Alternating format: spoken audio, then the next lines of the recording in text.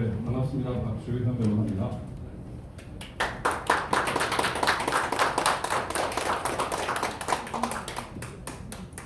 부정선거와 관련된 소송을 참여하면서 사실 작년 한 2, 3개월이면 이 문제는 해결된다라고 시작했던 것이 지금 벌써 1년 6개월 넘어가고 있습니다. 와이프한테 한 2, 3개월이면 끝나라고 시작했던 이게 너무나 엄청난 불법 행위, 범죄 행위가 대한민국에 벌어졌고 그것이 엄청난 카르텔을 이루고 있기 때문에 지금까지도 문제 해결이 안 되고 있고 또 이렇게 많은 국민들이 분노하고 또 여기에 대해서 적극적으로 관여하고 있습니다. 저 역시 이게 지금 과거까지의 문제, 현재의 문제이기도 하지만 앞으로의 문제라고 생각되기 때문에 향후 부정선거를 막지 않으면 대한민국의 미래는 없다라는 생각을 하게 되었습니다. 사실 우리가 베네수엘라가 파퓰리즘 때문에 망했다고 얘기를 하는데 그 본질을 더 살펴보면 파퓰리즘이 아니라 부정선거 때문에 망했습니다. 일시적인 파퓰리즘으로 민심을 얻었지만 그 파퓰리즘이 결국 그 국민들에게 해악이 된다는 것을 자각하고 민심이 바뀌었는데 그 바뀌어진 민심이 투표로 표현이 되었는데 투표 조작, 개표 조작에 의해서 더 이상 돌이킬 수 없는 사태가 된 것입니다. 이렇게 보면 지금 대한민국 대선, 지선 등에 이르는 그런 포퓰리즘의 그런 악령보다 더 심각한 것은 부정선거라는 것을 우리 국민 여러분들이 알아야 합니다. 부정선거를 인지하지 못하는 대권 후보는 사실 이장 자격도 없다라고 생각을 하고 대선 후보에서 사퇴해야 되겠습니다. 오늘 부정선거의 진단과 그리고 개정 방향 그리고 무결선거 네트워크에 대해서 간단하게 말씀을 드리도록 하겠습니다. 이른바 부정선거의 공식이 있습니다. 4.15 부정선거와 그 전에 벌어졌던 작고 큰 선거의 시스템을 살펴보다 보니까 이 부정선거가 공식이 있구나라는 것을 알게 되었습니다. 제일 첫 번째 단계는 결국 여론 조작입니다. 그리고 사전 투표 단계에서 이 여론 조작에서는 보면 일종의 시나리오가 있습니다. 시나리오가 있고 그 야권에 협력하는 이른바 간자들이 있습니다. 그래서 선거 패배가 당연한 듯하게 국민들한테 알려줍니다. 이를테면 차명진 때문에 망했다. 이렇게 해서 너네들 패배하는 게 당연하다라고 심는 것. 그 여론조작의 결과가 당연하게 여겨지게 되는 거죠. 그리고 행정 신원을 조작합니다. 이 부정선거를 보면서 우리나라 행정 전산망이 사망자가 투표할 수 있게 되어 있다라는 것을 알게 되었고 허무인이 투표할 수 있을 수도 있다라는 것을 인지하게 되었습니다. 동사무소에 있는 직원이 이를 제보했던 대가로 그 친구가 나름 관리자급이었는데 청소하는 허드렛 일을 하는 구도 말단 직원의 일을 보직을 받는 그런 것을 경험했습니다. 그리고 사전투표 단계에서 유령 투표가 있습니다. 그리고 우편 투표 조작이 있습니다. 그리고 QR 코드가 있습니다. 그리고 여기는 기입이 안 되는데 향후에 이들이 어떤 식으로 또 부정선거를 저지를 것인가 제외 투표에 대한 부분도 우리는 경계를 해야 됩니다.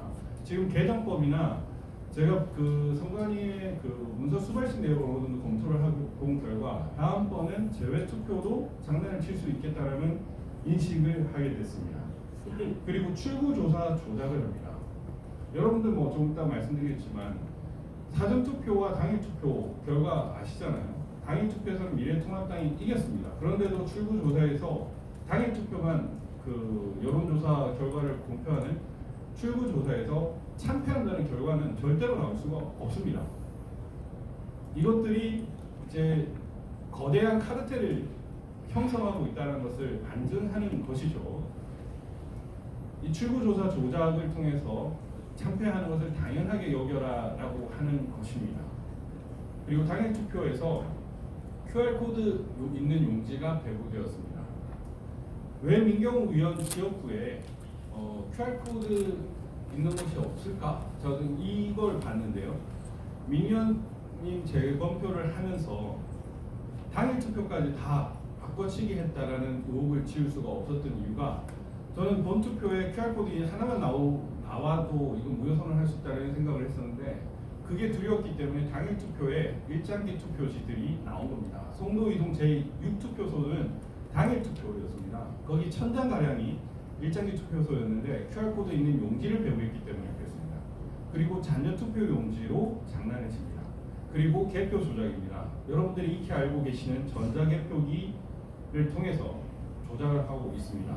66대 63대 36이라는 그런 통계 수치가 나오는 것은 결국 전산 조작이라는 것인데, 여기에 일맥상통한 연결되는 것이 전자개표기 조작입니다. 그리고 이 여론조작과 관련해서 이 사전투표 보정값이라는 것이 나오고요.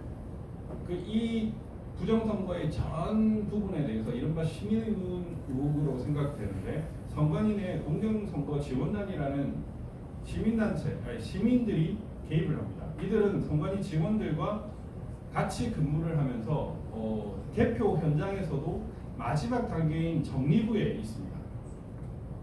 정리부에 왜 저 사람들이 있냐 이랬더니, 오랫동안 선관위 직원들하고 소통을 했기 때문에 그들과 좀 뭐랄까 서로 상호 교류가 잘 되기 때문에 필요하다. 그래서 마지막 단계까지 이들이 관여를 하는 겁니다. 그 다음에 이제 증거 보존 전에 또 표가래를 하는 겁니다. 이게 대략적인 부정선거의 공식입니다. 간단하게 이 현황에 대해서 말씀을 드리면, 사전투표 보정값이란 말은 절대 존재할 수 없는 말인데, 박시영이라는 민적 컨설팅이, 이 사람이 여론조사하는 사람입니다. 이 사람이 이거를 등장시켰고, 이근영이 이거를 잠깐 공개를 했었죠. 강군 이래 한 번도 존재하지 않았던 그 보정값이라는 말이 존재를 했고, 이 박시영은 자기가 모든 선거 결과를 맞췄습니다. 그리고 유시민은 180석이라는 것을 예측을 했죠. 절대 있을 수가 없는 것입니다. 조금 전에 말씀드렸지만 출구조사와 사전투표는 완전히 다른 판이었습니다. 당일 선거에서는 미래통합당이 이겼고, 출구조사도 당연히 미래통합당이 우세하다라고 나와야 되는데, 무슨 방법으로 어떻게 그 방송 3사는 이 부정선거의 결과를 맞췄는지 그거를 밝혀야 됩니다. 그 다음에 이런 히스토그램, 비정상적인 히스토그램과 이 그래프는 결국, 그리고 66대 36, 63대 36이라는 이러한 말도 안 되는 정확한 결과는 결국 전산 조작, 개표 조작이 이루어지지 않으면 절대로 존재할 수 없는 것입니다. 민 의원님 그 관내 관외의 비율이 0.39로 동일한 역시 조작, 개표 조작이 아니면은 이룰 수 없는 겁니다. 왜 재검표장에 6.28 재검표장에 모두 빳빳한 사전투표, 말도 안 되는 그런 3분도 접히지 않은 그런 것들이 많이 나왔을까? 일장기 투표지가 나왔을까? 배춘 투표지가 나왔을까? 그거를 우리가 살펴보면 결국에는 전산 개표 조작에 맞추다 보니까 하나하나 디테일하게 맞추지 못하니까 아예 통과리를 해버리는 거예요. 사전투표를 했던 사람 60대 70대 이상이 훨씬 많았습니다. 60대 70대가 사전투표를 했다면 당연히 미래통합당이 사전투표도 압승을 했어야죠. 그런데 오히려 그 결과는 반대였습니다. 그러면 이건 뭐냐? 60대 70대의 유령투표가 많았다는 겁니다.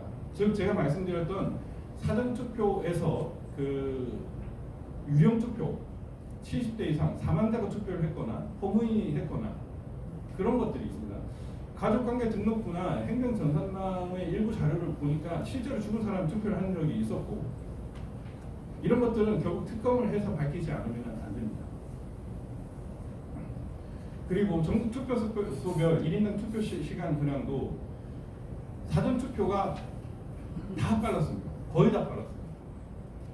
당일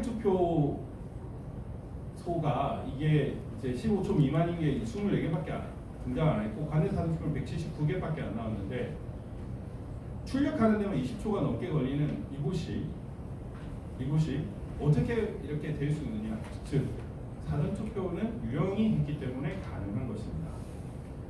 이준석이가 기표소가 많고 출력이 많다, 바보야, 그렇게 얘기를 하는데 네가 바보다 임마.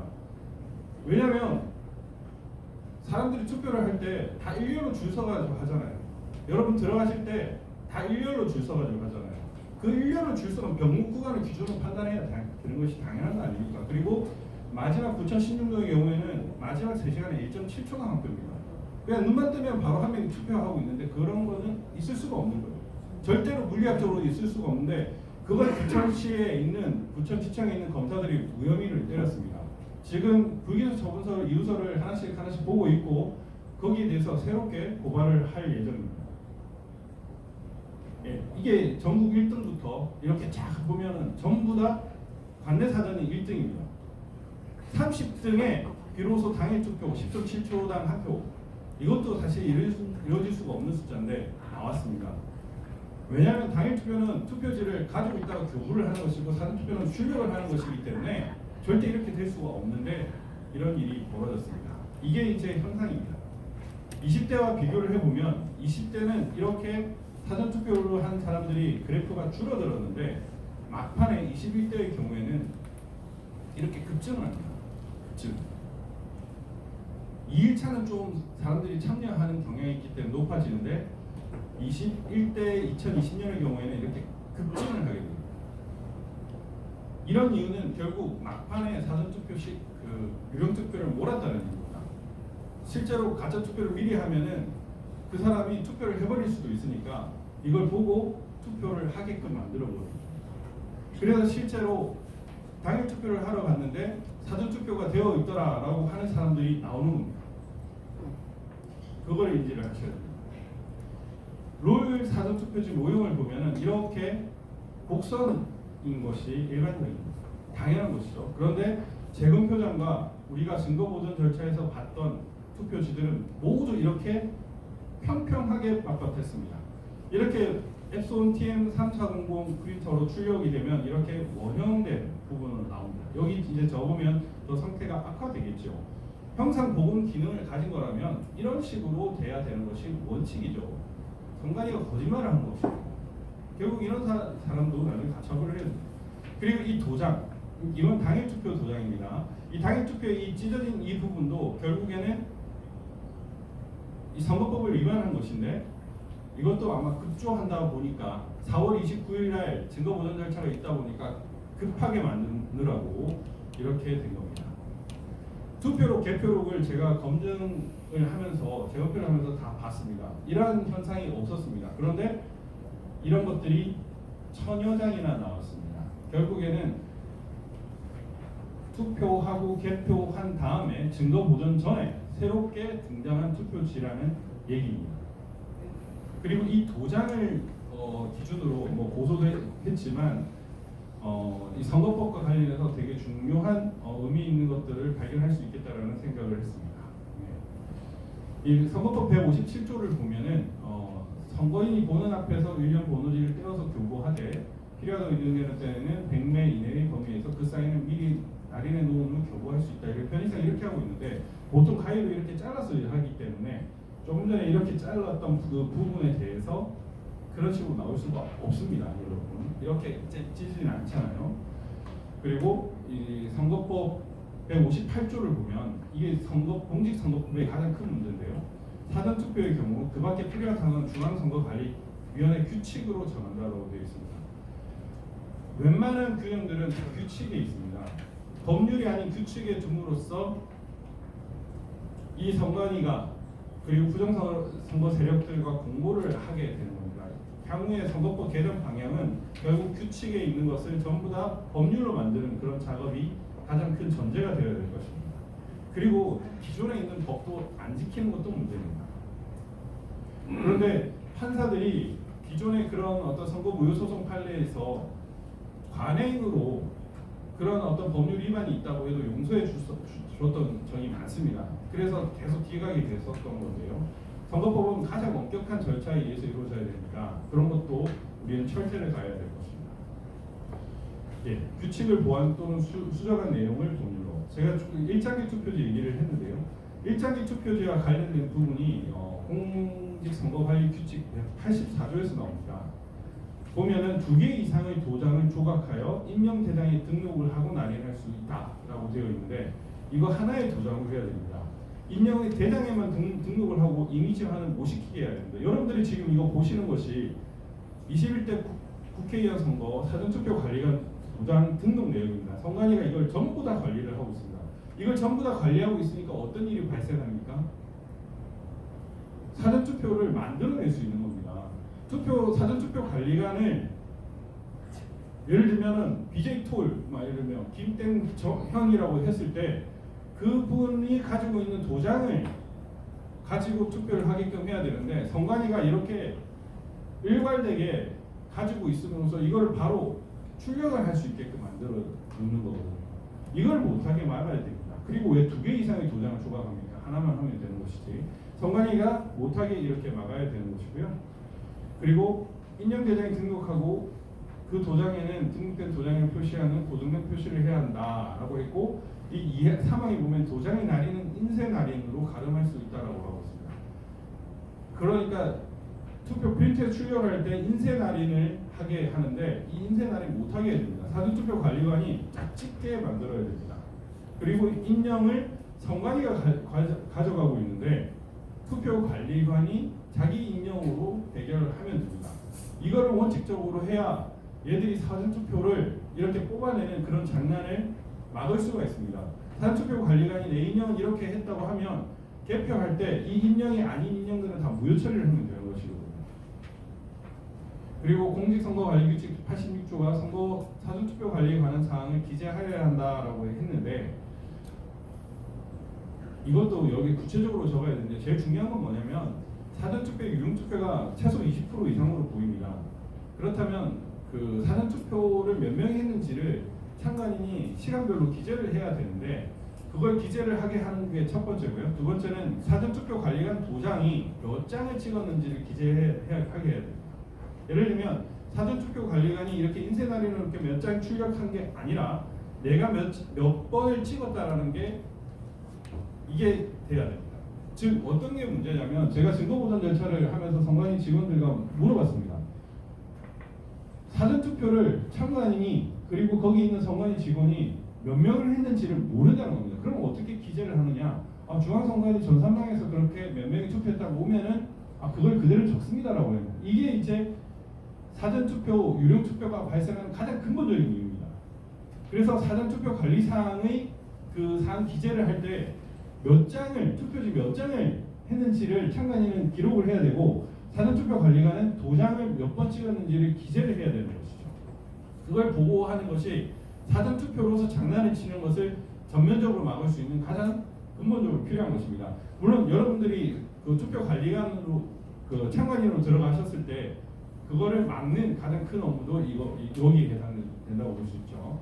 그리고 우편 투표에 심각한 부정 조작이 있었다는 거 알고 계실 겁니다. 이런 그 청주 상당구 정경순과 윤곽근 후보가 다툰 이 지역에 이렇게 대패질하듯이 재단된 자국이 나온 이런 것들 제가 많이 말씀을 드렸는데요.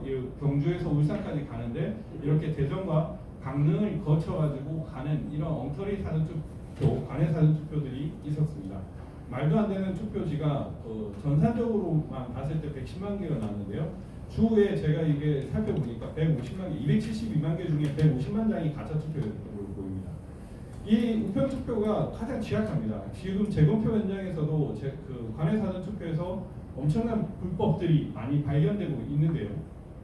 이게 왜 그러냐면은 우체국 우편 수출국 우체국 선관위를 거치는 과정에서 참관인과 경찰이 동행을 하지 않기 때문에 그렇습니다.